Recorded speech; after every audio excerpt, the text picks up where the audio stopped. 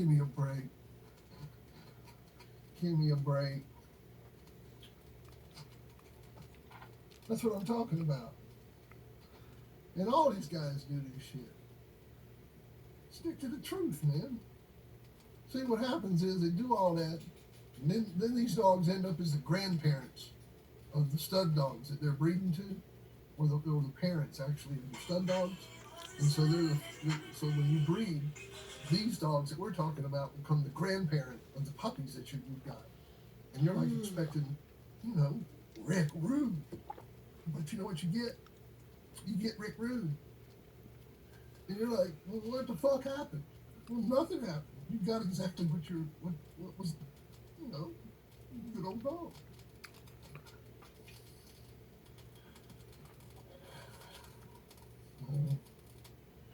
And that's how it works. 99% of these people will fucking lie to you. And you know what the thing is? I haven't figured out why. It's not like they lying to make money, because they'd have made money anyhow. It's not like the lie is motivated to make money.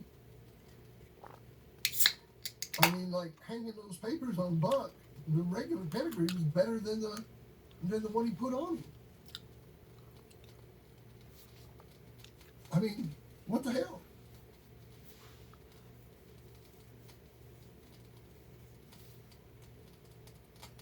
You know?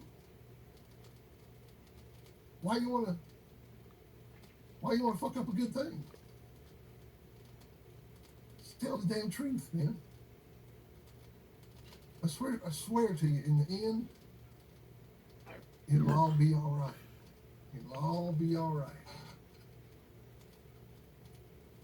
When you start doing all that bullshit,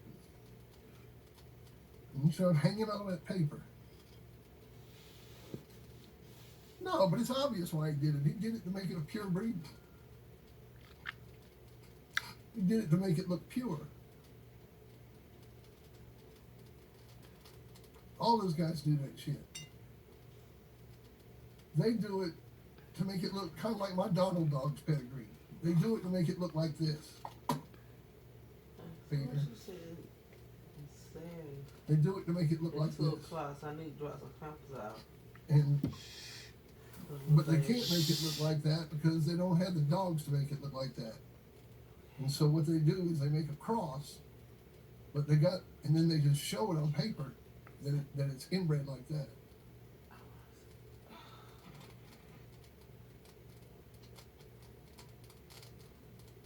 Because everybody wants inbred dogs from the breeder.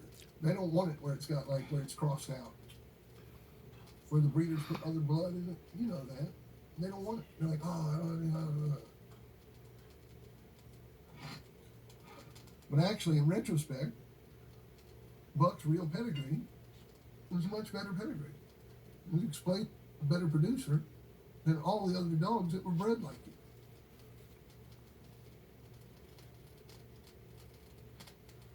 Because there were a bunch of dogs bred almost just like him, like his supposed pedigree, and none of those dogs produced like he did. And if I'm wrong on that, correct me.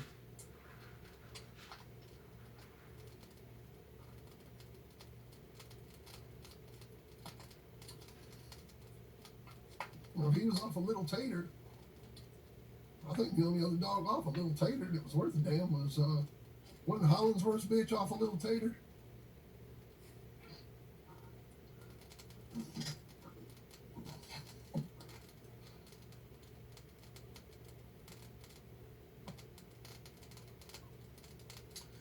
This is what Baker told me, okay? Baker said that he didn't care how the dogs were bred, but Maurice told him that they were bred the way they were bred. He told me that Boomerang come from Ray Long. Yeah, that's what I thought. But he told me that Boomerang come from Ray Long. He said a lot of those dogs come from Ray Long. He said, now, it just depended on who they came from, whether the pedigrees were right. Now, if they come from Carver, like directly from Carver's yard, he said, you know, you kind of didn't know. He said, but if they come like through Carver from like Ray Long or someone like that, then yeah, the pedigrees were right. So, you know, when he told me that, what does that tell you? That Boomerang's pedigree is right. Because Ray Long, the dog come from Ray Long. So, you know. But I can tell you a cool story about Boomerang. He had gotten another dog from Carver that looked almost just like Boomerang. Didn't work out. Where he got his feed from was like an old farm barn place thing over there in Orlando. And he gave the dog to that guy. And so when people would come around bugging him to breed the Boomerang, he'd send them over there. He'd say, oh, I got Boomer over at this guy's place. And this guy was in on it. And he'd charge them whatever to breed to the dog. And people bred to this dog thinking they had bred the Boomerang. If they could sign the papers and everything, he'd sign the papers for them right there. Sign the papers and make them leave. He said, just pay him. And then they could get free dog food.